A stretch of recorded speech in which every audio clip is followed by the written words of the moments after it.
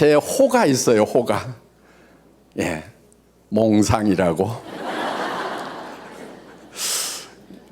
저기 몽상백조 이렇게 돼 있죠. 예, 이 네트워크 마케팅이 정말 미운 오리 새끼였어요. 그렇죠? 예, 그런데 그 DNA는 오리가 아니고 백조였어요. 그래서 정말 이 백조가 될 수 있는 그런 이 종자인데 어떻게 하다 보니까 이렇게 오염이 돼가지고 미운 오리 새끼가 돼가지고 세상 사람들로부터 이렇게 괄시를 받는가? 저는 그 안에 백조의 그런 피가 흐르는 모습을 봤어요. 이 네트워크 마케팅이라는 것이 정말 백조구나. 그래서 정말 책에 나와 있는 대로 교과서대로 제대로 된 네트워크 마케팅 회사를 한번 해보자, 이렇게 생각을 한 겁니다. 그러면은 저희가 이제 이 미운 오리 새끼가 지금 백조가 되는 것을 꿈꾸고 있고, 눈치가 빠른 사람들은 조이 깃털이 하나씩 둘씩 하얀 깃털이 나오고 있는 것을 보기 시작을 했어요. 이제 우리 온몸이 하얗게 이렇게 바뀌어서 정말 창공을 높이 나르는 그날이 올 때는 모든 사람들이 우러러보는 그런 아름다운 백조가 되어 있으리라고 생각을 합니다. 그래서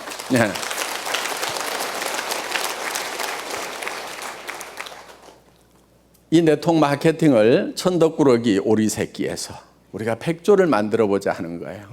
이 네트워크 마케팅은 제가 92년도에 호주에서 처음 들었을 때 너무나 아름다운 마케팅이었어요. 저는 그 전에는 한 번도 들어보지를 못해서 좋다 나쁘다 선입관이 없었어요. 아주 순수하게 들었어요. 어떻게 들었냐면은 하루 종일 들은 얘기를 요약을 하면은 좋은 물건, 싼 물건, 내가 필요한 생필품인데 싸고 좋아서 내가 쓰고 좋아서 다른 사람에게 소개했더니 그 사람들도 좋다고 쓰면서 또 다른 사람에게 무한연쇄적으로 소개를 하니까 커다란 소비자 집단이 만들어지더라. 그 소비자 집단이 쓰는 것에 대해서 홍보했다고 나한테 홍보비로 수당을 주는 거. 이게 네트워크 마케팅이다 이거예요. 그러면서 가게를 내지 않아도 되고 광고를 하지 않아도 되기 때문에 물건을 좋은 걸 싸게 공급할 수 있고 수당까지 줄 수 있다. 그 얘기를 들었을 때 나쁜 게 하나도 없었어요. 그리고 이제 그때부터 책을 사가지고 읽기 시작을 했어요.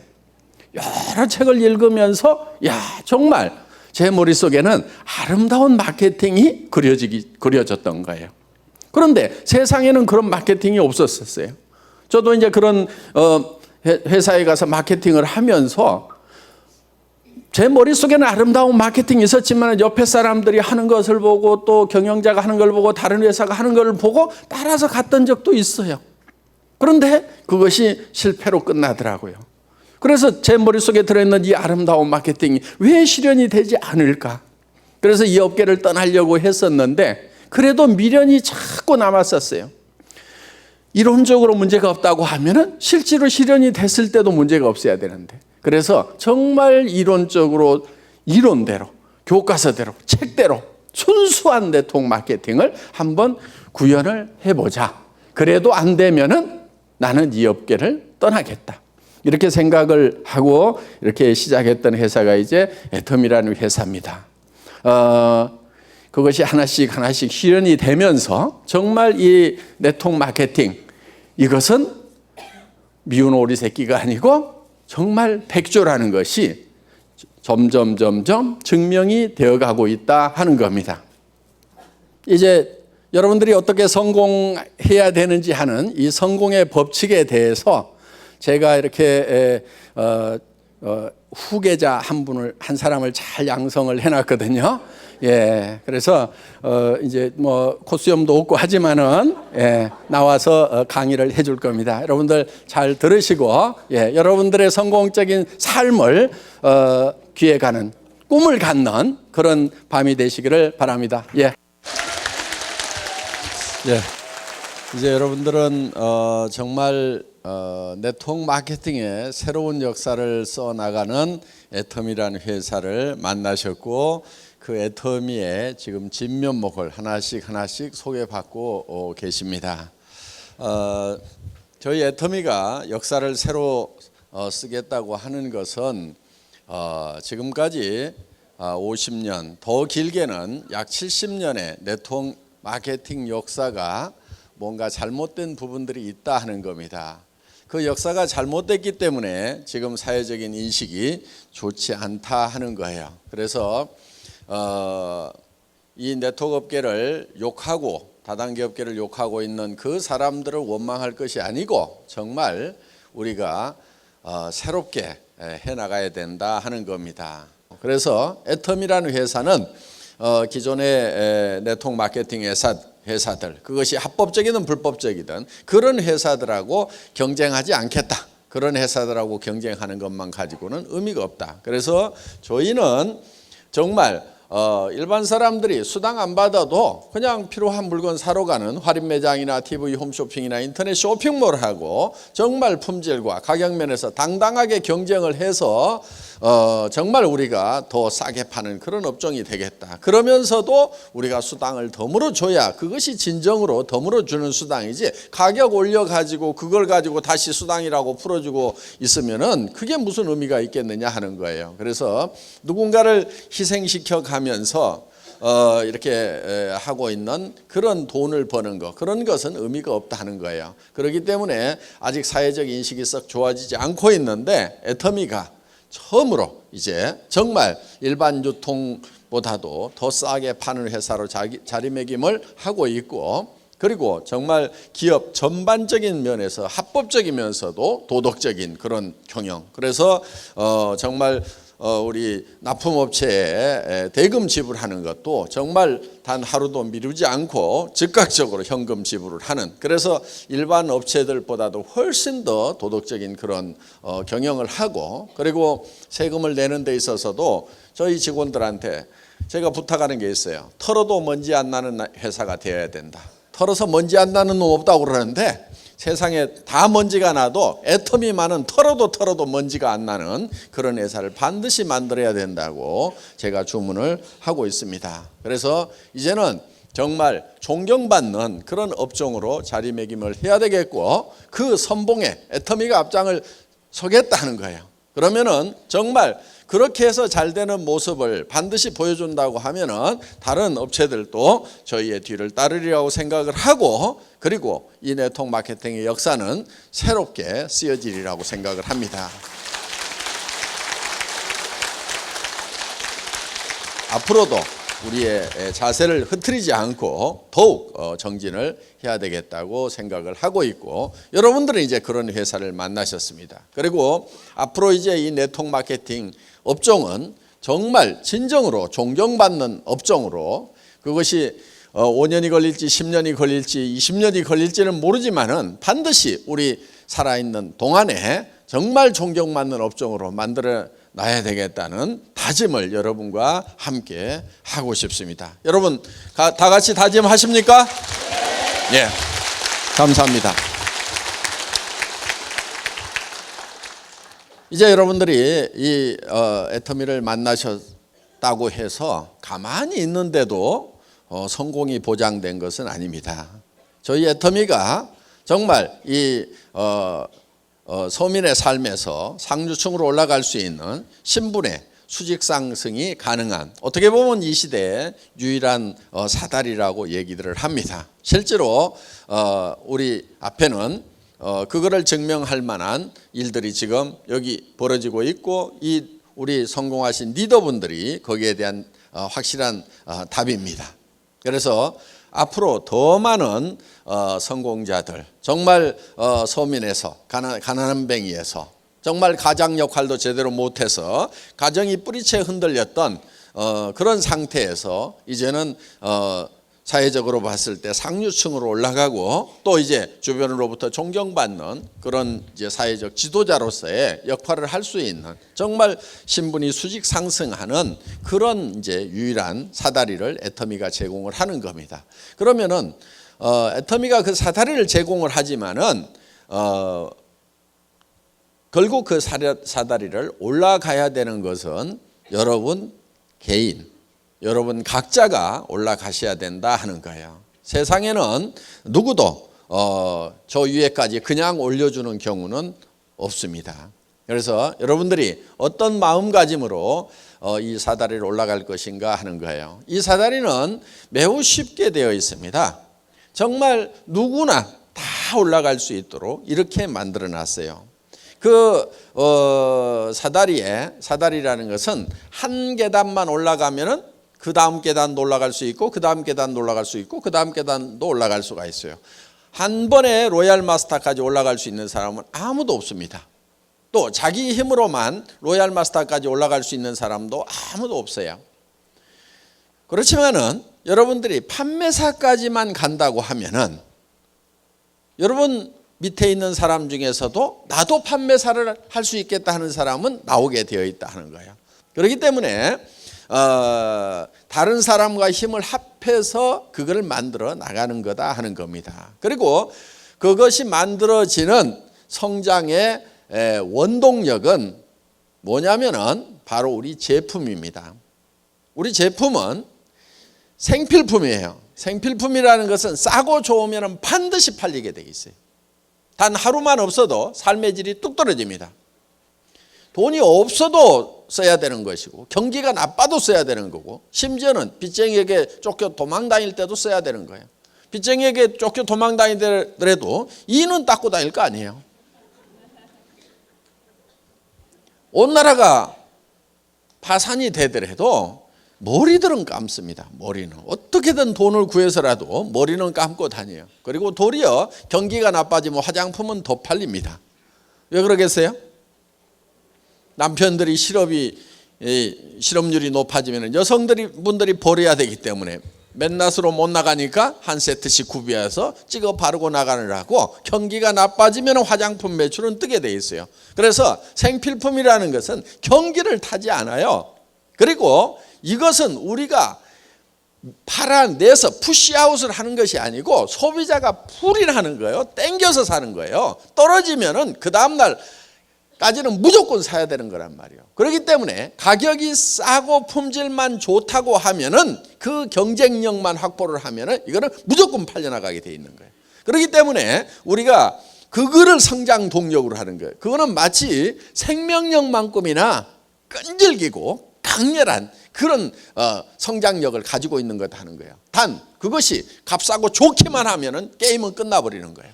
그래서 여러분들이 이 회사가 정말 세계적인 회사가 될 거다, 잘 될 거다, 안 될 거다 하는 것을 뭘 가지고 판단하냐면은 정말 세계적인 상품하고 비교했을 때 정말 싸고 좋기만 하냐, 그것만 딱 비교해 보면은 거기서 답 다 얻을 수 있어요. 세계 최대 회사가 될 수가 있어요. 왜 제가 세계적인 회사가 된다고 확신을 했냐면은 그 중에 상당 부분이 전달에 사갔던 사람들이 자발적인 재구매를 하더라 이거예요.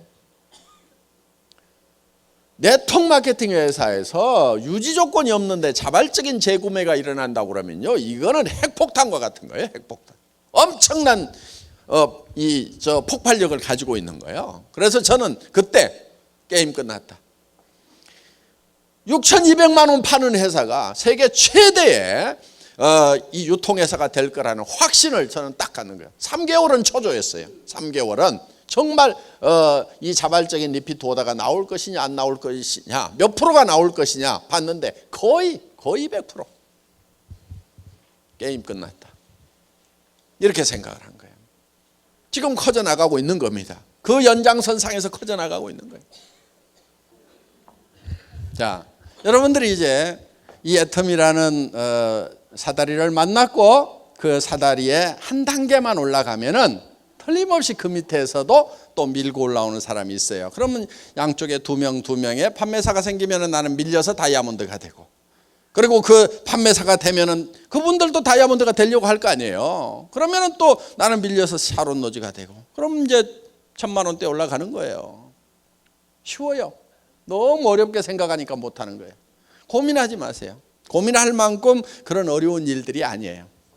고민해가지고 고민할 만큼 어려운 일이라고 하면은 이 중에서 3분의 1은 못 올라올 분들이에요. 그러니까 고민 하나도 안 하는 푼수들이 여기 이제 자, 그러면은 우리가 이제 이 애텀이라는 도구를 만났으면은 우리가 이제 어떻게 성공할 것인가? 그럼 많은 사람들이 성공을 못 하는데 왜 성공을 못 하는가 하는 거예요. 카네기라는 사람이 보니까 자기는 가난한 집의 아이로 태어나서 부자가 됐죠. 그리고 카네기 재단도 만들고 늙어서 이제 생각을 해보는 거예요. 내가 가난한 집의 아이로 태어났는데 다시 가난한 집의 아이로 태어난다고 하면 다시 성공을 할 수가 있을까? 생각해 보니까 자기는 100% 성공할 수가 있겠더라 이게. 10번을 가난한 집의 아이로 태어나더라도 10번 다 100% 자기는 성공할 수가 있겠더라 이게. 그런데 많은 사람들은 성공을 못하고 있다. 왜 성공을 못할까? 그 이유는 성공의 법칙을 몰라서 그런다.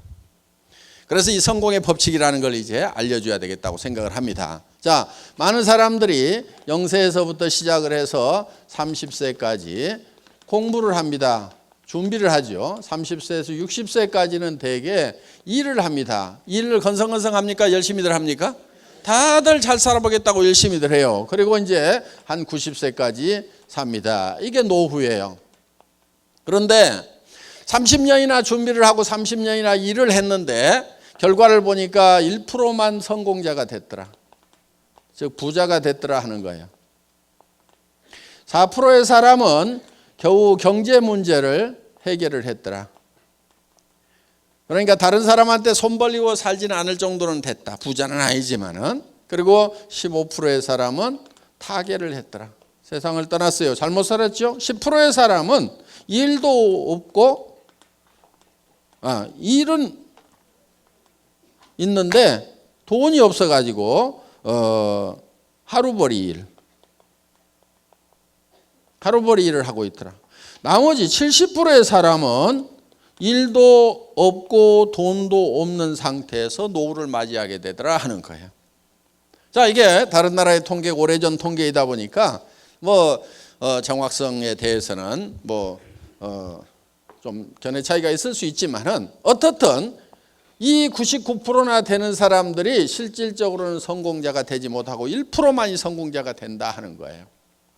우리가 주변에서 봐도 그런 느낌은 대략적으로 드실 겁니다. 그러면은 이 1%의 사람들은 어떻게 해서 성공을 했고 왜 이렇게 많은 사람들이 실패자가 되는가 하는 거예요. 그래서 카네기라는 사람이 보니까 이거는 성공의 법칙을 몰라서 그렇다. 성공의 법칙만 안다고 하면은 100명이면 100명이 다 성공자가 될 수가 있는데 정말 이 성공의 법칙이라는 걸 몰라서 그렇다. 이 성공의 법칙이라는 걸 알려줘야 되겠다. 그래서 이 성공의 법칙이라는 것을 정리를 하게 되는데 그런데 이 성공의 법칙이라는 것은 누가 아무렇게나 만든다고 해서 법칙이 되는 것이 아니다 하는 거예요. 그래서 이거를 스티븐 코비는 정북향의 원리다.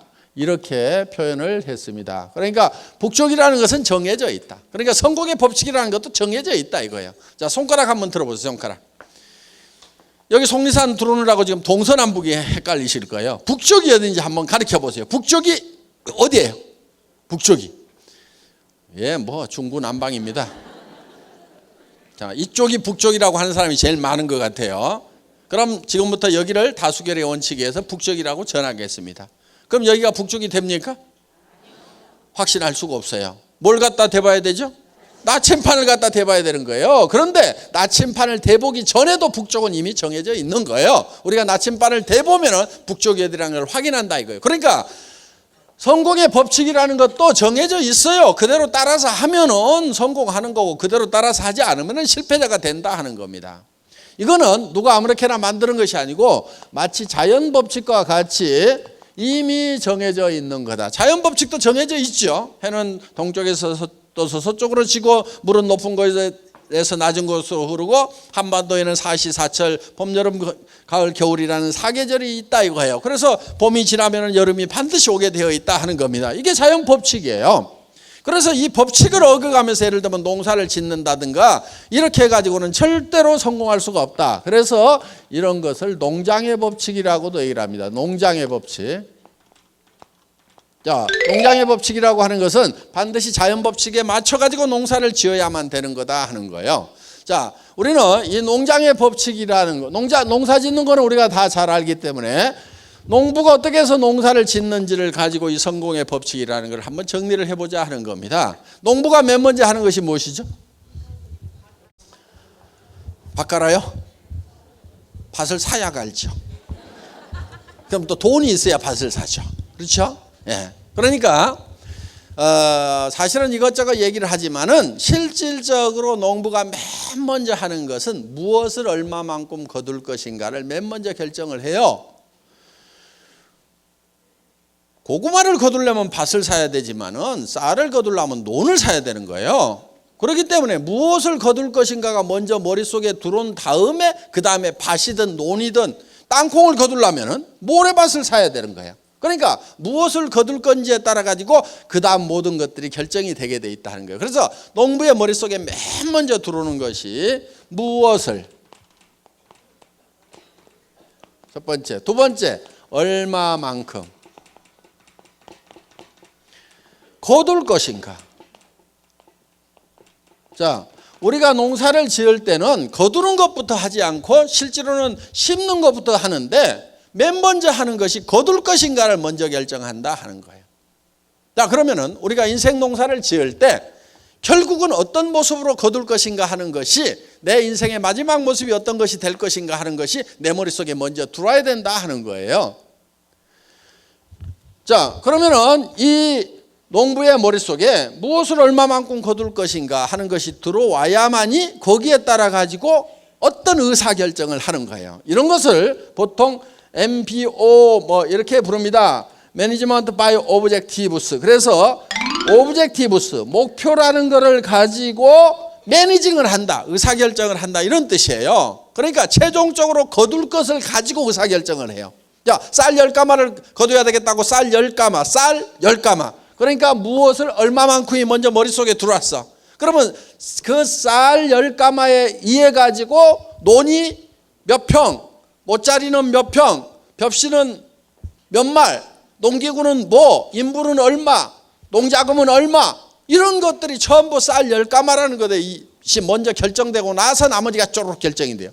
만약에 땅콩 2가마가 머릿속에 들어왔다고 하면은 논을 사면 안 되는 거예요. 뭘 사야 돼요? 모래밭을 사야 되는 거고, 거기에 심는 농기구도 다 달라져야 되는 거고, 벽시를 준비하는 것이 아니고 땅콩을 갖다 심어야 땅콩이 나오게 돼 있다는 거예요. 그러니까 무엇을 거둘 것인가가 먼저 들어오게 되어 있다. 오브젝티브스가 먼저 들어오고 나서 이 오브젝티브스를 가지고 목표에 의한 매니징을 하고 있다 하는 거예요. 이것이 인생에는 잘 적용이 안 되고 있는데 기업이나 국가에는 아주 주도 면밀하게 이게 적용이 되고 있어요. 현재 잘 활용이 되고 있어요. 그런데 인생 살아가는데 개인 인생에는 이게 이 법칙이 지금 들어와 있지 않는 거예요. 그래서 우리가 무엇을 얼마만큼 거둘 것인가를, 예를 들면 쌀 10가마를 내가 농부가 봄에 머릿속에 집어넣으면은 그 쌀 10가마를 가지고 논 사이즈라든가 농기구라든가 언제 심을 건지 그 다음에 어떻게 가꿀 것인지가 다 결정이 된 다음에 가을이 되면은 농부의 머릿속에 있던 쌀 10가마가 어디로 들어와요? 창고로, 곡간으로 들어오는 거예요. 그러니까 모든 농부의 곡간에 들어가는 곡식은 반드시 먼저 농부의 머릿속에 있던 것이 들어가게 돼 있다 이거예요. 그러니까 농사를 지으면은 물론 뭐 천재지변에 의해서 1%, 2% 뭐 농사 망치는 경우도 있지만은 95%, 97%다 농사 목표한 거 거두잖아요. 그런데 인생 농사는 왜 못 거두느냐? 자연 법칙대로, 농장의 법칙대로, 성공의 법칙대로 농사를, 인생 농사를 안 짓기 때문에 그렇다는 거예요. 이 법칙대로만 하게 되면은 거의 다 성공을 하게 돼 있다는 거예요. 거의 다. 그래서 여러분들이 내가 어떤 모습으로 성공할 것인가 하는 것이 먼저 머릿속에 먼저 들어와야 돼요. 그래야 3년 후든 5년 후든 내 머릿속에 들어와 있던 내가 밖으로 튀어나와 가지고 성공자로 되는 거예요. 자, 농부의 머릿속에 쌀 10가마가 없었다면은 곡간에 쌀 10가마가 들어오지가 않죠. 그러니까 이 쌀은 어디서 튀어나온 거냐면 농부의 머릿속에서 튀어나와가지고 곡간에 들어간 거예요. 나의 성공한 모습도 어디에 만들어져야 되냐면 내 머릿속에 만들어져야만이 이 성공자의 모습이 3년 후든 5년 후에 튀어나와가지고 다른 사람들이 보게 된다 하는 거예요. 여러분 한 사람 한 사람의 삶이 성공을 해야 된다 하는 거예요. 그런데 이제 성공을 여러분들이 해야 되는데 어떤 모습으로 성공을 할 거냐 하는 거예요. 어떤 모습으로. 어떻게 하면 성공하는 거예요? 여러분들 성공해야 될 거잖아요. 그렇죠? 예, 뭐 아무 생각 없는 것 같아요, 제가. 무슨. 자, 성공을 해야 돼. 어떤 모습으로 성공을 할 거냐? 어떻게 성공할 것인가 생각을 했더니 상당히 복잡해. 그 복잡한 이유가 있어요. 사람이 좀 복잡하게 만들어졌어. 사람은요, 뭐가 있냐면은 육이라는 게 있어요. 육. 요 육 있죠, 육. 예. 그 다음에 영이라는 게 있어요. 영. 스피릿. 그 다음에 혼이라는 게 있어요. 소울. 그 다음에 주변 환경. 이렇게 둘러싸여 있어요. 그런데 이 각각이 요구하는 바가 달라요. 그래서 복잡한 거예요. 그런데 이 복잡하지만 이거를 다 만족을 시켜야 돼. 자, 이렇게 육이 있어요. 육. 그런데 이 육이 요구하는 바가 있고 우리가 영이 있는데 영이 영에게 필요한 게 있고 혼이 있는데 혼에게 필요한 게 있어요. 자, 육이라는 것은 건강해야 되겠죠? 오래 살아야 돼. 장수를 해야 돼. 그리고 풍요롭게 살아야 돼요. 의식주를 해결함으로 말미암아서 안전하게 살고 싶은 욕구를 가지고 있다 하는 거예요. 자, 그래서 한마디로 얘기하면 잘 살아야 돼요. 우리의 영은 혼하고는 달라요. 그리고 이 영이라는 것은 짐승하고 사람이 구별이 되는 거예요. 무슨 원숭이가 변해갖고 사람이 됐다고 하는 말도 안 되는 소리를 하고 있는데 원숭이가 변해갖고 사람이 되지 않습니다.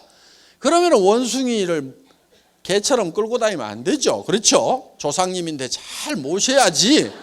그런 싸가지 없는 그 후손들이 어디가 있어요? 조상이라고 그러면서 개처럼 끌고 다녀. 원숭이는 절대 우리의 조상이 아니에요. 왜냐하면은 그는 처음부터 창조될 때부터 원숭이로 창조가 된 거예요. 자, 그래서 이 동물하고 사람을 구별하는 기준이 뭐냐면 동물은 영이 없어요. 혼은 있어요. 혼. 이 영이라는 것은 우리가 잘 구별이 안 되는데 양심 같은 거예요. 양심. 그리고 이 영은 시간에 관한 개념이에요. 시간에 관한 개념. 이 영은 시간을 인지를 할 수가 있어요. 동물은 시간을 인지를 하지를 못해요. 사람은 이제 내가 죽으면은 얼마 후에 인생이 끝나는구나. 그러면서 과거도 돌이켜보고 그럼 앞으로 미래는 어떻게 될까 이런저런 생각을 하죠. 시간을 초월해서 과거로 미래로 왔다 갔다 하는 이런 영적인 능력을 가지고 있어요. 그런데 개가 나이 먹어서 늙으니까 내 견생이 끝나가는구나. 내가 죽으면 어떻게 될까? 요거 고민하고 있는 개 보셨어요? 없어요. 왜? 개는 영이라는 것이 없기 때문에 이 시간에 관한 개념 자체가 없어요. 그리고 이거는 창조주로부터 사랑을 받고 사랑하고 싶은 욕구를 가지고 있는 거예요. 동물은 이런 게 없어요. 동물 중에 기도하거나 제사 지내는 개 보셨어요? 아주 영리하게 가르쳐 놨더니 조상이 죽었다고 제사 지내는 개 없어요. 그런데 사람은 아무리 미개하더라도 조상에 대해서도 생각하고 신에 대해서 항상 생각을 해요. 그 영적인 능력을 가지고 있어요. 그래서 우리는 창조주로부터 사랑을 받고 창조주를 사랑하는 데서 진정한 만족을 얻을 수가 있다 하는 거예요. 자, 그리고 이 혼이라는 것은 동물도 가지고 있어요. 자, 감정이 여기에 해당됩니다. 감정. 희노애락. 개도 밥 먹을 때 걷어차면 노하시죠? 예. 그 다음에 뭐 주면은 또 꼬리 살랑살랑 흔들고 희락에 빠지시죠? 예. 희노애락 감정이 있어요. 그리고 개도 그걸 가르칠 수 있어요. 야, A짬으로 와, B짬으로 와. 이런 거 하면 되잖아요. 그렇죠? 그리고 기억력도 있어요. 그래서 주인도 알아보고 자기 집도 다 찾아오는 게 이 혼의 활동이 있기 때문에 그러는 거예요. 그래서 이거는 이 평온한 감정을 가지고 살아가고 싶은 그런 욕구를 가지고 있고, 그 다음에 우리는 배우고 싶은 욕구를 가지고 있어요.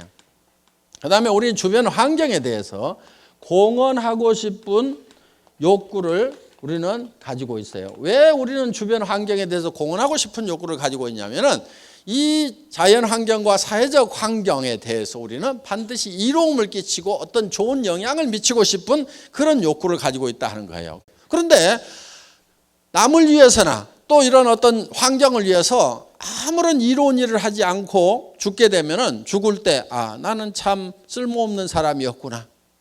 나는 나만 위해서 살았지 뭔가 이로운 것을 해본 적이 없구나. 이것이 하나의 회한이 될 수가 있다 하는 거예요. 그러니까 그런 것도 해야 되는 거예요. 자, 이런 네 가지가 우리의 이제 그 요소인데, 자, 우리는 이 육이라는 것은 실제로 우리의 본질이라기보다는 우리의 영과 혼이 우리의 본질이에요. 더 깊이 얘기하면 영이 우리의 본질인 거예요. 그래서 이 사람은, 이 영은 시간의 개념이 있어요. 그래서 영원을 사모하는 마음을 주셨도다 그랬거든요. forever, 영원. 사람은 영원을 사모해요. 그러니까 이 육이라는 것은 우리 영과 혼이 살고 있는 집이에요. 집. 보세요. 초가지붕이죠. 여기 창문이 뚫려 있죠. 지금 창밖으로 내다보고 계시는 거예요. 여기 봉창 하나 뚫어가지고 길가에 지나가는 소리 들리라고 이제 구멍 하나 뚫어놨죠. 여기 환기창 있죠. 그래서 맑은 공기 들어가고 나쁜 공기 밖으로 다 나오죠. 안에 덕트도 있어요. 여기 식당들 있죠. 집집마다. 그래서 이제 대충 들어오면 안에서 다시 재조리를 해가지고 이제 이렇게 넘깁니다. 자, 여기 음악실도 있어요. 그 다음에 이 집은 항상 36.5도로 항상 온도가 따뜻하게 유지가 돼요. 여기 보일러실 펌프가 하나 있어가지고 온수를 계속 돌리잖아요. 가끔 온수를 빼고 나면은 부르르 떨어요. 왜냐하면은 온도 떨어졌다고 온도 올리라고 온도 자동 컨트롤러가 작동해서 운동을 해서 온도를 올리는 거예요. 집집마다 화장실도 있죠. 이 손이 집을 관리하는 관리인이에요. 이 집 관리인이 여러 가지 일들을 합니다. 이게 이제 사는 집인데 우리의 본질은 이 안에 살고 있는 영과 혼이에요. 자, 우리가 이렇게 육이 있고 영이 있고 혼이 있고 이 환경으로 둘러싸여 있어요. 이게 사람이에요. 그런데 이 네 가지를 골고루 다 만족시키는 그런 삶의 목표, 그렇게 만족하는 삶의 목표, 그렇게 만족하면서 살아가는 내 모습이 내 머릿속에 먼저 그려져야 3년이나 5년 후에 밖으로 튀어나온다는 거예요.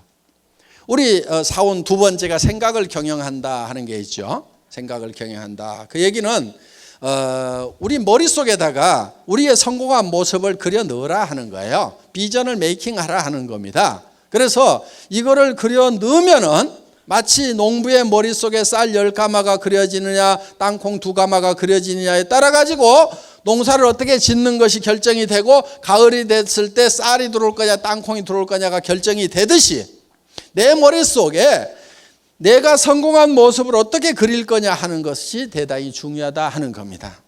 그래서 생각을 경영한다고 하는 것은 바로 내 머릿속에다가 내 삶을 그려넣으라 하는 거예요. 지금 여러분 머릿속에 3년이나 5년 후에 정말 내가 살고 싶은 삶의 모습이 완벽하게 그려지지 않으면은 그거는 3년 후나 5년 후에도 지금하고 비슷한 삶을 살고 있을 거란 말이에요. 지금 여러분들이 마음에 들지 않는 삶을 사는 이유는요, 딱 한 가지예요. 3년이나 5년 전에 나는 어떤 삶을 살고 싶다 하는 것이 머릿속에 확실하게 그려지지 않았기 때문에 그래서 지금 삶이 마음에 안 드는 거예요.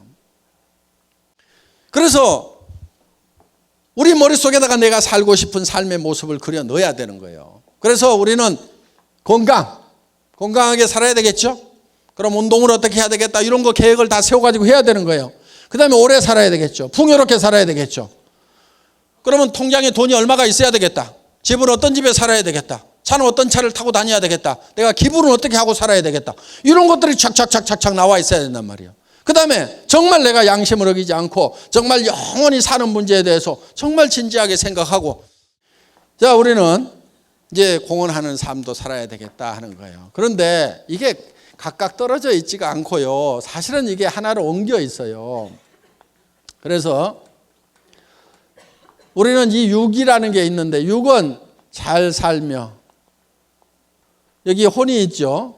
혼은 배우고, 그리고 영은 사랑하고, 그리고 우리는 환경에 대해서는 빨리빨리 해보세요. 공헌하는 삶. 이 네 가지가 골고루 균형 잡힌 삶이 돼야 돼요. 균형 잡힌 삶.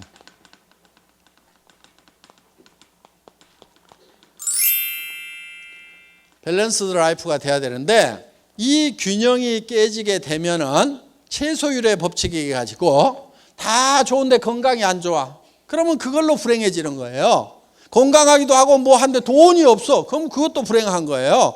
돈도 있고 뭐 또 하는데 순 거짓말만 해갖고 도둑놈같이 돈을 벌었어. 양심을 어기고 벌었어. 그러면 그 인생도 그 수준밖에 안 된다 이거예요. 그렇기 때문에 우리는 이 네 가지가 다 골고루 만족시키는 그런 삶을 살아야 된다는 겁니다.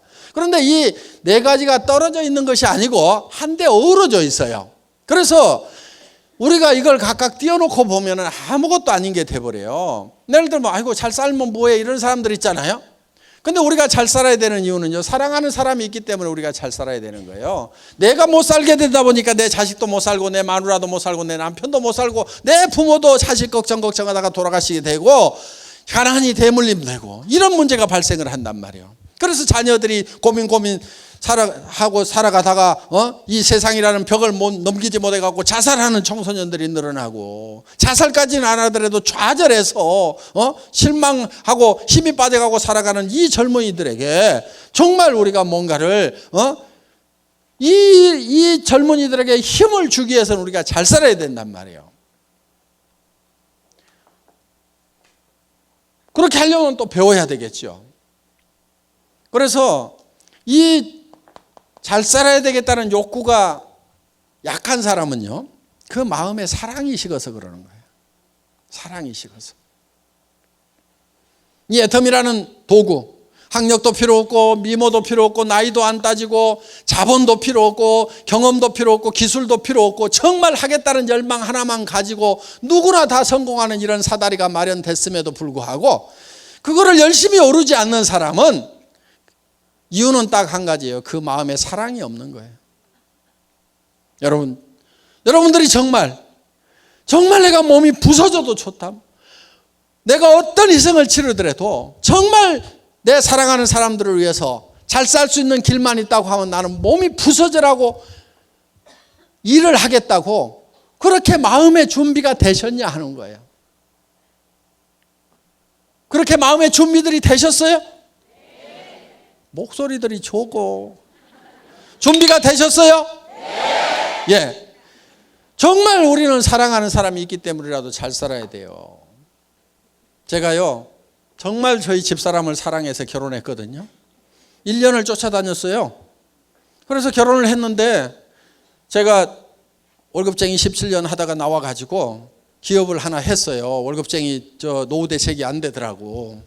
그래가지고 인터넷 백화점을 차렸어요. 그런데 너무 일찍 차렸어. 1999년도에 인터넷 백화점을 차렸어. 한 10만여 종의 상품을 취급하는 종합백화점. 그걸 차린 거예요 그때. 그런데 아줌마 부대 손가락이 안 움직여. 그러다 보니까 한 3년 하다가 이제 쫄딱 망했어요.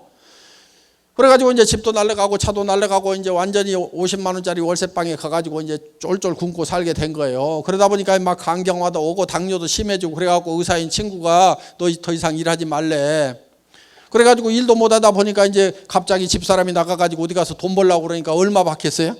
150만 원. 그렇죠. 50대 뭐 여자가 어디 나가서 갑자기 돈 벌면 150만 원 이상 안 줘요. 그래서 그 150만 원 벌어가지고 오면 50만 원 월세 내고 그 나머지 가지고 이제 애들 겨우 뭐 장거리 사주고 학교 보내고 이렇게 하는데, 어느 날 겨울에 집에 들어갔더니 추운 거요. 그래서 제가 가스 좀 팍팍 대, 집에 이렇게 추워. 그랬더니 집사람이 누구는 추운 줄 모르는 줄 아세요?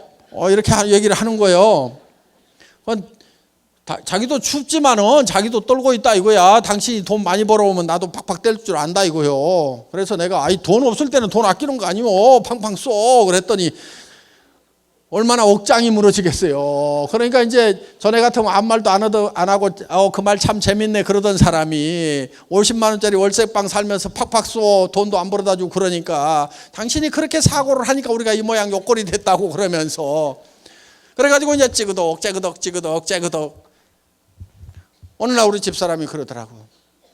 여보, 애들 졸업하면 헤어집시다. 근데 우리 집사람은요, 한다면 하는 사람이에요. 빈말하는 사람이 아니거든요. 그 얘기를 듣는데 진짜 억장이 무너진다는 거 있죠. 다리에 힘이 쪽 빠져가지고요, 털썩 주저앉아가지고 우리 집사람 다리를 잡고 엉엉 울었어요. 제가. 여보, 가지마.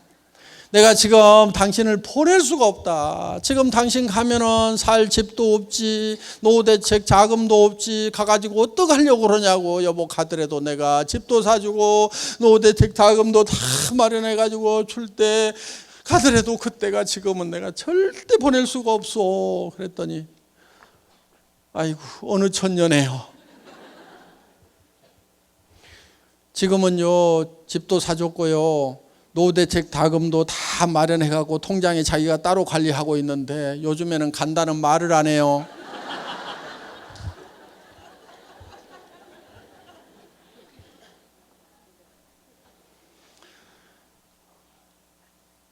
지금은 집에 들어가면요, 저희는 거의 붙어 있어요. 다리 주물러주고 발 주물러주고 어깨 주물러주고 여보 내가 주물러줄게. 아니야, 내가 주물러줄게. 우리 아들들이 참 꼴을 못 보겠대요. 해도 너무한대요. 지금은 잘 살아요.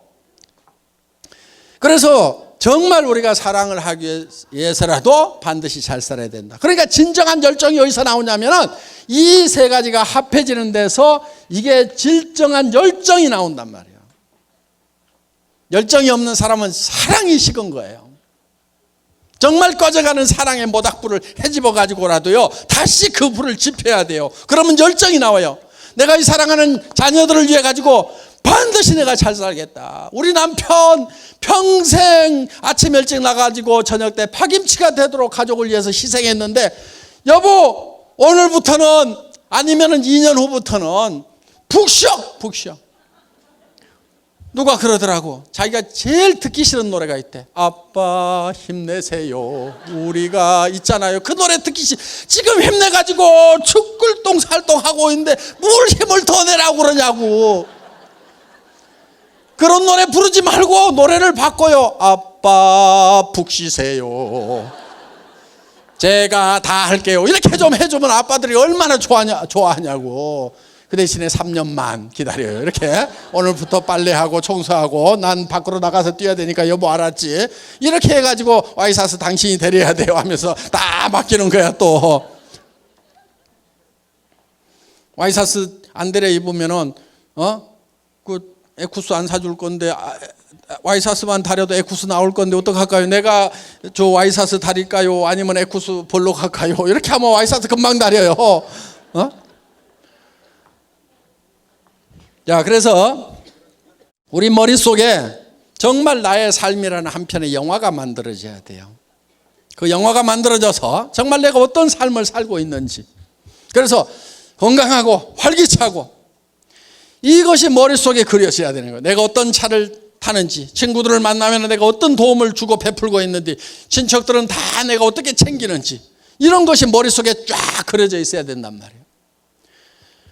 정말 여러분들이 어떤 집에 사느냐, 어떤 차를 타고 다느냐, 해외여행은 어떻게 할 건지, 부모님은 어떻게 모실 건지, 이런 것이 머릿속에 쫙 들어와 있으면 이거를 정리를 촉촉촉 해가지고 한 편의 영화를 만드는 거예요. 영화를. 이 영화만 잘 만들면요, 그건 이루어져요. 어떤 사람은 그래요. 그걸 진짜 그리기만 하면 이루어지냐고. 예, 진짜 확실하게 그리기만 하면요, 반드시 이루어지게 돼 있어요. 그게 과학적으로도 다 증명이 돼 있어요. 왜냐하면 우리 몸은요, 내가 상상하는 거하고 실제로 일어나는 일하고를 구별 못하는 특징이 있어요. 무슨 얘기냐면은 보세요. 여러분 입에다가 제가 새콤하고 달콤한 석류, 빨갛게 익은 석류를 한 움큼씩 넣어드리겠습니다. 여러분들이 어금니로 아자자작 씹으니까 새콤하고 달콤한 향기로운 석류 과즙이 입안 가득 퍼집니다. 자, 입안에서 무슨 일이 일어났어요? 침이 고이죠? 침 안 고이시는 분은요, 빨리 병원 가세요. 사람은 자기가 생각만 해도 실제로 석류를 먹는 거하고 우리 신체는 똑같이 반응을 해요. 그건 여러 가지로 과학적으로 다 증명이 되어 있어요.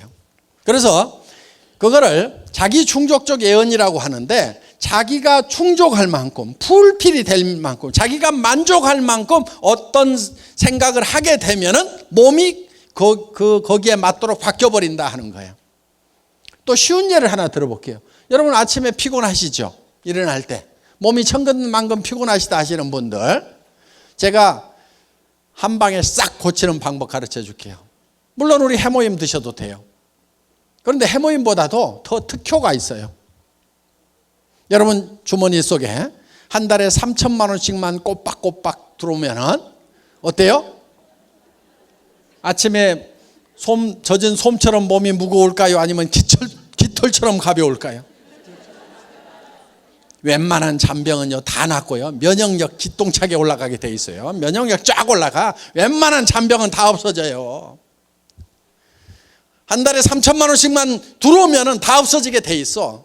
그런데 실제로 통장에 들어오는 거나 들어온다고 내가 계획을 세워서 확신하고 믿는 거나 내 몸의 반응은 똑같이 나타난단 말이에요. 그러니까 다른 사람한테 이 사업을 하자고 권유를 할 때도, 우리 로얄 마스터들 보니까 막 3천만 원 들어온다지 5천만 원 들어온다지, 아이고 나도 그렇게 돈 들어오면 가가지고 막 엄청 힘있게 얘기를 해가지고 이것들 막 싹 끌어와 버릴 것 같은데, 그게 안 된단 말이에요. 그게 되는 방법이 하나 있어요. 미리 내가 3천만 원 5천만 원 버는 사람이 될 거라는 그거를 머릿속에 생생하게 그리고 그거를 확실하게 믿으면 되는 거예요. 믿음에 굳게 선다 하는 거죠. 믿음이라는 것은 보이지 않는 것을 믿는 거예요. 현재 내가 에쿠스를 타는 모습, 뭐 방 5개짜리 집에 사는 모습, 100평짜리 집에 사는 모습, 친구들에게 어려운 친구들 도와주는 모습, 형제간들 도와주는 모습, 자녀들 교육 마음대로 시키는 모습, 이런 모습들이 아직 이루어지지 않았지만은 내 머릿속에 있지만은 내 발이 어디에 있어야 되냐면은 아직 보이지 않는 거기에 서 있어야 된단 말이에요. 우리 사원 3번째가 믿음에 굳게 선다잖아요. 거기에 서 있어야 되는 거예요. 그러면은 이 현실이 점점 끌어올려지게 돼 있어요. 그래서 꿈이 일을 하는 거예요. 꿈이 일을 하는 거예요. 꿈으로 하여금 일을 하도록 시킨다 이거예요. 근데 꿈이 없으니까 일이 안 되는 일이 없는 거예요. 그래서 여러분들이 꿈을 만들어내야 되는 거예요. 비전을 만들어야 되는 거예요. 그거는 망상하고 다른 거예요. 그렇게 확실하게 된다는 것을 믿으면 신념이 되는 거예요. 신념이라는 것은 생각을 믿는다는 거잖아요. 생각을. 그래서 신념 있는 사람이다 하는 것은 그렇게 될 거다 하는 것을 믿는 것이 신념 있는 사람이에요. 신념은요 기적을 이루는 거예요. 저는 이 회사가 세계적인 네트워크 마케팅 회사가 되고 국내 1위 하는 네트워크 마케팅 회사가 될 거라는 것을 확실하게 믿었어요. 확실하게 믿었기 때문에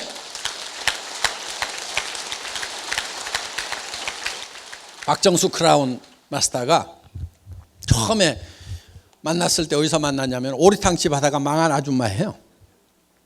그래서 그 오리탕집에 17명이 모여 있는데 거기에서 애터미라는 회사에 첫 세미나가 있었어요. 그 17명을 모아놓고 제가 여기에서 익산에서 제일 큰 아파트에 들어가는 사람이 나올 거다. 익산에서 세금을 제일 많이 내는 사람이 여기서 나올 거다. 이 애터미라는 회사는 세계적인 회사가 될 거다. 글로벌 회사가 될 거다. 그렇게 얘기를 했어요.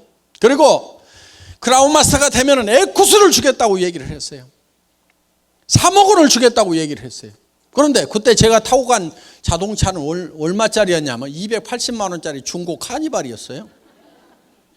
그 중고 카니발을 돌돌돌돌 타고 가가지고 에쿠스를 주겠다고 얘기를 하는 거예요. 그런데 제 머릿속에는 에쿠스가 확실하게 그려져 있었어요.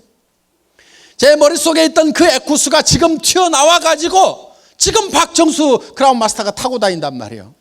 저 에쿠스가 어디서 나왔어요? 제 머릿속에서 나왔고 저는 이 생각을, 이 에쿠스라는 생각을 믿었던 거예요. 반드시 저렇게 된다는 신념을 가지고 있었던 거예요. 그러니까 저 에쿠스가 어디서 튀어나왔냐면 안 보이는 데서 튀어나왔단 말이에요. 빨간 그림 머릿속에서 튀어나왔고, 제 머릿속에 그리는 것을 박정수 로얄 크라운 마스터의 머릿속에다 집어넣으니까 그 에쿠스가 지금 에쿠스 속으로 들어가기 전에 그 에쿠스가 몇 년 전에 박정수 크라운 마스터 머릿속에도 들어온 거예요. 그러니까 이제 에쿠스 타고 다니잖아요. 에쿠스역 끌고 왔죠? 예, 저기 세워져 있더라고.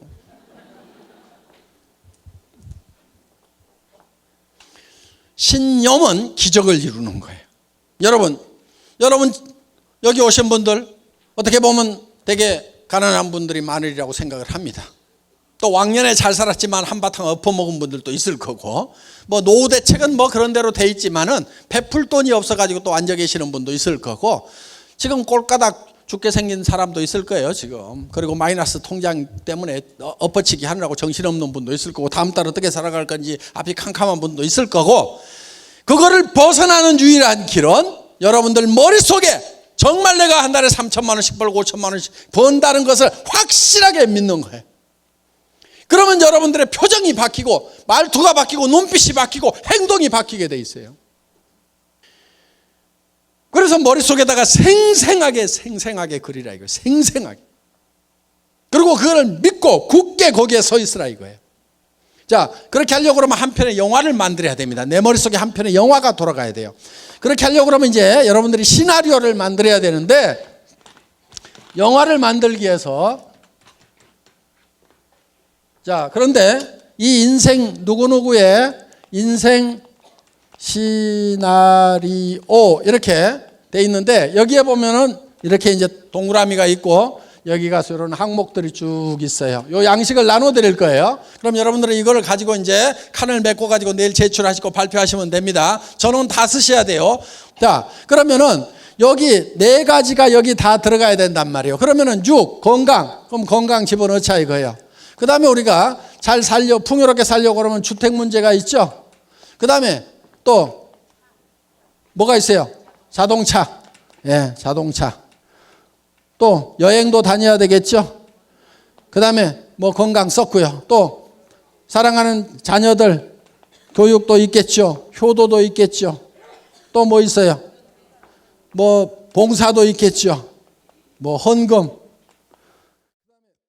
현금도 좀 있으면 좋겠죠. 그래서 여기 있는 내용이 한 번은 반드시 여기 들어가야 돼요. 한 번은 공헌하는 것은 요 봉사, 헌금 이런 거에 들어갔죠. 그래서 이거를 자기가 점수를 매겨봐요.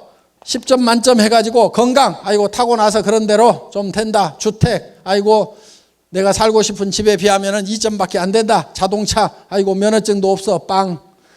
자, 여행, 뭐 국내 여행 서너 번 갔어. 자녀 교육 지네가 알아서 잘했어. 효도는 마음만 했어. 뭘 잘 못했어. 봉사도 쬐끔하고 뭐 아이고 현금은 마이너스 이쪽으로 가네.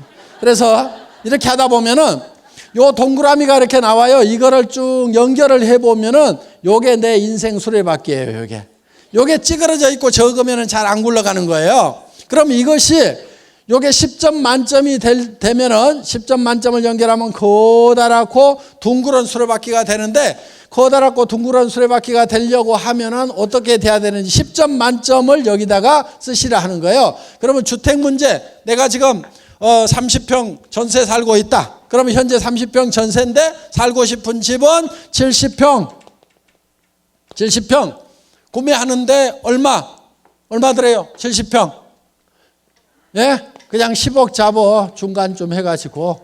자, 10억. 서울에서는 10억 주고 사기 어렵죠. 하여간 10억. 그리고 언제까지인지 날짜를 적어요. 날짜. 언제까지? 2022년.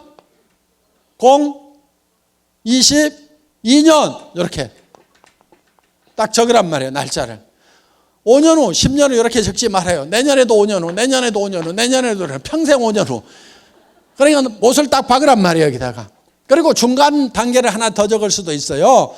예를 들면 2022년까지는 내가 70평 10억짜리를 사는데, 예를 들면 40평으로 가는 것은 내가 예를 들어서 5억만 있으면 된다. 그러면 2018년까지는 내가 5억짜리를 사겠다. 이런 식으로 계획을 딱 정확하게 세우란 말이야. 자동차 무슨 차 타고 싶으세요? 아무 생각 없어요. 벤저. 모르면은 가가지고 견적 딱 받아보세요. 그리고 사진 갖다가 집에다 붙여놓으세요. 자, 여행. 뭐 누구하고 함께 하겠다. 그래서 이거를 적을 때 세 가지 요령이 있어요. 첫째, 명료하게 적어라. 명료하게. 명료하게, 구체적으로. 명료하게 적으라는 건 구체적으로 적으라 이거예요. 차는 색깔까지도 다 적고 집은 방이 몇 개인지 무슨 동 주소까지도 다 쓰면 더 좋아요. 두 번째, 기한을 적으라 이거예요. 기한. 세 번째, 금액을 적으라 이거예요. 돈이 얼마가 들어가야 되는지를 알아야 사든지 말든지 할 거 아니에요. 자, 자녀 교육에 대해서는 어떻게 하겠다. 효도는 어떻게 하겠다. 효도하면서요 20만 원 30만 원 용돈 들면서 효도 다 했다고 생각하시는 분들, 그렇게 하지 말고 생활비를 들이세요. 200만 원에서 300만 원은 들여야 노인네들도 품위도 하고 치료비도 쓰고 친구들하고 좀 가시고 할 거 아니에요. 그래서 이 정도는 좀 드려야 되겠다는 생각을 하시란 말이에요. 헌금, 내가 기부 어떻게 하겠다. 여러분, 현금도 좀 있으면 좋아요. 그렇죠? 남편 모르는 현금, 내 마음대로 쓸 수 있는 이런 게 좋잖아요. 그런데 이런 것도 한 5억 정도 딱 가지고 있으면 얼마나 좋냐고요. 그렇죠? 그래서 내가 친구가 어려우면 딱 좀 집어줄 수도 있고, 조카 결혼식에도 뭐 내 마음대로 좀 보낼 수도 있고, 또 형제간들 어려우면 뭐 할 수도 있고, 조카가 좋은 대학 갔다 그러면 또 아이고 기분 좋아서 또 돈 1,000만 원 줄 수도 있고, 좀 이렇게 내 마음대로 쓸 수 있는, 그러니까 각자 주머니를 좀 찰 필요 있어. 우리 부부도 그래요. 우리 부부도 각자 주머니를 차. 그래가지고 공동으로 쓰는 돈도 있지만은 서로 간섭 안 하기. 알았지? 그래가지고 뭐 얼마 썼다며 간섭 안 하기로 해놓고 알았어 그러면서 이렇게 해가지고 좀 쓰는 돈이 좀 이게 몇 천이든 몇 억이든 좀 있으면은 얼마나 신간이 편하냐 이거예요. 그렇죠? 아등바등 안 하고. 자, 그래서 현금. 그러면은 이게 머릿속에 확실하게 있어야 된다 하는 거예요. 그래서 정말 이렇게 견적을 내보면은요, 최소한 3천만 원에서 5천만 원 정도가 매월 있어야만 이게 이루어져요. 그런데 사람들은 뭐를 지금 바라고 있냐면은 300에서 700만 벌었으면 소원이 없겠다고 이러고들 있어요. 300에서 700 벌어서 부자 돼요? 그게 성공한 인생이에요? 성공을 못해요. 저도 월급쟁이 해봤지만 답 없어요. 300에서 700 버는 사람들이요, 사실은 제일 힘들게 돈 벌어요. 그리고 돈은요, 많이 벌수록 힘들다고 생각을 하는 바보들이 세상에 많아요. 아니요, 거의 모든 사람들이 다 그렇게 생각을 해요. 그런데 돈이라는 것은 많이 번다고 더 힘든 게 아니에요. 도리어 반대일 수도 있어요. 돈은요, 적게 버는 사람들이 훨씬 더 힘들게 벌어요. 100만 원, 200만 원 버는 사람하고 1000만 원, 2000만 원 버는 사람하고 한 달에 1억, 2억 버는 사람하고 누가 제일 힘들게 일하고 있을 것 같아요? 100만 원, 200만 원 버는 사람이 제일 힘들게 일해요. 300에서 700 버는 사람들이요, 박 터지게 일하고 있어요. 지금 보면은. 그것도 머리 좋은 놈들이 모이는 자리가 300에서 700짜리거든요. 여러분, 그런 돈 벌려고 하지 마세요. 무지무지하게 힘들어요. 그 돈은 3천에서 7천 벌겠다고 생각하는 놈은 별로 없으니까요. 그런 일들이 별로 경쟁이 없어요. 그리고 수입에 맞춰 가지고 지출을 하라고 그러죠. 그래서 수입이 지출보다는 크거나 같아야 된다. 그래야 파산이 안 한다고 그러잖아요. 수입에 맞춰 갖고 지출하는 사람은 다 가난뱅이에요. 보면 저축해 가지고 부자 된다는 사람 그렇지 않아요. 거꾸로예요. 수입에 맞춰 갖고 지출을 하지 말고요, 지출을 먼저 정하세요. 이렇게. 그래서 이렇게 견적을 내보니까 나는 3천이 필요하다, 5천이 필요하다. 그러면은 거기에 맞는 일거리를 찾으면 되는 거예요. 여기서는 찾을 필요가 없어요. 애터미가 그런 일거리니까 바로 나오는 거예요. 다른 성공 그 학을 강의하는 데 가면은 먼저 이 지출을 정해놓고 그 다음에 일거리를 찾으라고 얘기를 해요. 여기는 그런 일거리 애터미 자체가 제공을 하기 때문에 여러분들 고생 안 하셔도 되는 겁니다. 그래서 지출에 맞춰 가지고 수입을 결정하면 되는 거예요. 그래서 정말 내가 한 달에 3천만 원 버는 사람, 5천만 원을 버는 사람이 되겠다는 거에 대해서, 또 그렇게 살아가는 삶에 대해서 확실하게 믿으면은 내 삶의 자세가 변하는 거예요. 그러면서 그것이 이루어지는 거예요. 이것이 성공의 법칙이에요. 그래서 내가 최종적으로 어떤 사람이 되겠다는 목표를 먼저 정해놓고 그거를 향해서 가는 거예요. 성공한 모든 사람들, 최소한 카네기가 시켜서 나폴레옹 힐이 조사했던 500명의 성공자들은 똑같은 방법이었어요. 그래서 그 사람들은 먼저 머릿속에 성공한 모습이 먼저 그려졌어요. 에디슨이라는 사람이 전구를 발명을 했죠. 그 전구가 세상에 보이기 전에 먼저 에디슨의 머릿속에 전구불이 켜졌어요. 그래서 수천 번인지 수만 번인지 모르지만은 계속 그 실험을 해서 결국은 에디슨의 머릿속에 켜졌던 전구가 지금 밖으로 나와 있는 거예요.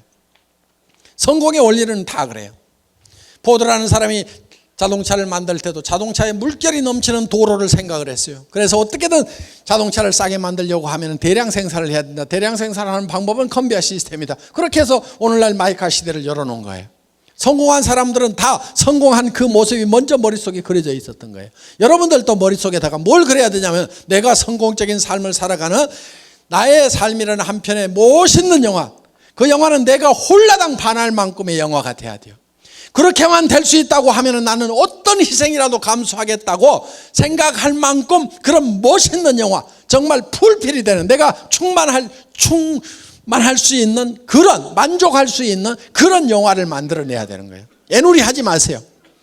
그러면 여러분들의 몸은 정말 슈퍼맨처럼 힘이 나게 돼 있는 거예요. 5천만 원이 들어오는 그 신나는 삶이 머릿속에 들어있다고 하면은 발걸음부터가 달라지는 거예요. 맨날 그냥 어슬렁 힘 빠져가고 그렇게 다니겠어요? 그렇지 않아요. 5천만 원이 들어온다고 그러면 보무도 당당하게 그냥 두 번씩 굴러가지고 그냥 얼마나 멋있게 다니겠어요. 그냥 세상 사람들은 나를 따르라 하는 당당한 그런 걸음걸이로 가가지고 친구들도 박수를 내고 니네 그렇게 살지 말아라 이것들아. 니네 노후가 나는 너무 뻔히 보여가지고 니네 불쌍해갖고 내가 구제해 주러 왔다고 할 만큼 큰 소리 칠 만큼 그렇게 여러분들 자신을, 여러분의 비전을 가지고 변화를 시켜야 된다 하는 겁니다. 그리고 그것이 이루어질 때까지 반드시 그 비전 위에 서 있어야 돼요. 믿음은 보이는 것을 믿는 게 아닌 거예요. 그러면 그것이 이루어지는 거예요. 그래서 절대 그 비전에서, 꿈에서 깨면 안 돼요. 여기서는 그 꿈 속에 있다가, 비전 속에 있다가 문제는 나가면은 제정신이 돌아와. 이게 문제야. 절대로 제정신이 돌아오면 안 돼요. 그래서 내가 먼저 미치고 비전 덩어리가 되고 주변 사람을 미치도록 만들어야 돼. 이 미치광이들을 전념을 시켜갖고 내 주변 사람들을 다 미치광이로 만들면은 여러분들도 정말 꿈을 이루게 됩니다. 자, 선배들이 어떻게 썼는지 그 양식을 잠깐 보기로 하겠습니다. 자, 이렇게들 썼어요. 예, 이렇게 다들 잘 썼습니다. 그래서 상세하게 이렇게 다 썼으니까 이런 모델을 보시고 여러분들도 방에 가면 다 양식이 있을 거예요. 그 작성들을 하시고, 그리고 한 가지 양식 더 작성을 하세요. 요거는 내가 언제까지 무슨 직업에 가겠다, 그때 돈이 얼마 들어올 거다 하는 이렇게 계획을 쭉 세우세요. 그래서 3년 5년 계획을 쭉 세우세요. 수고 많으셨습니다. 강의 여기서 마치겠습니다.